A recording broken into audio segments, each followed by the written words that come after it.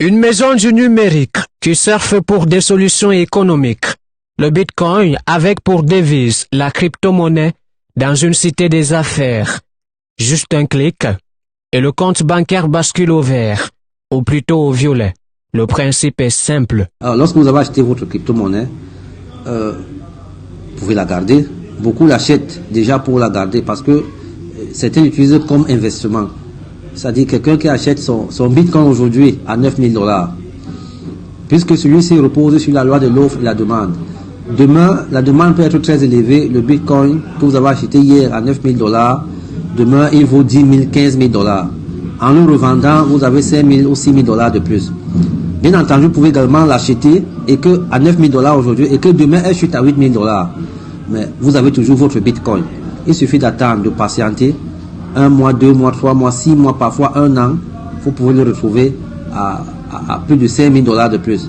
Un exemple simple. En janvier 2017, un Bitcoin coûtait 900 $. Nous sommes en avril 2018 aujourd'hui. Un Bitcoin coûte 9 000 $.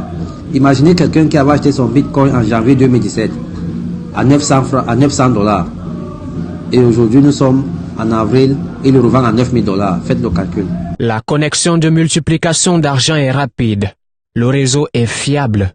Les avantages dans le mode de paiement, c'est la flexibilité, la rapidité et puis les coûts très minimes. Aujourd'hui, lorsque vous voulez payer une facture en Bitcoin, c'est une histoire de secondes.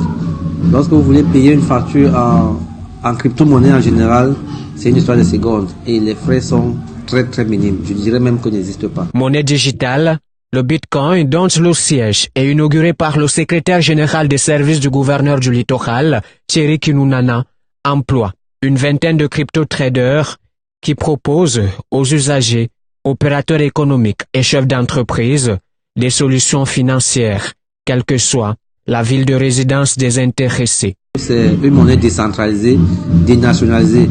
Que quelqu'un soit, je ne sais pas, au Gabon, au Congo, en Afrique du Sud, n'est-ce pas, peut facilement s'intégrer. Internet, c'est la plateforme qui héberge la crypto-monnaie. Je vais peut-être anticiper en vous disant que si Internet meurt, il n'y aura plus de crypto-monnaie. Mais tant qu'Internet existe, la crypto-monnaie va vivre. Donc que vous soyez à Garoua, à Meinganga, à Moura, n'importe où, nous avons une plateforme en ligne justement qu'on a baptisée l'Yeblemal.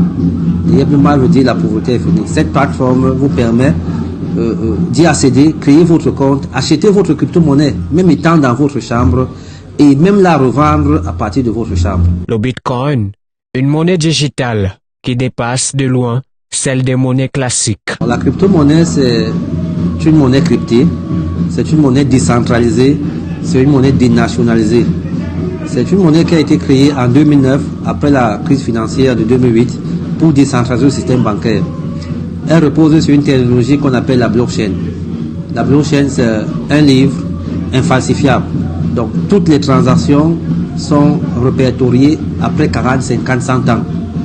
Et c'est une technologie qui est utilisée par pas mal d'institutions financières aujourd'hui, et même chez les notaires, les comptables. À la question de savoir s'il ne s'agit pas d'une forme d'arnaque, le directeur exécutif du Bitcoin sourit en coin. Un sourire qui rassure en ce qui concerne l'opération des paiements, le transfert de fonds, les achats sur Internet. La pauvreté est désormais au passé.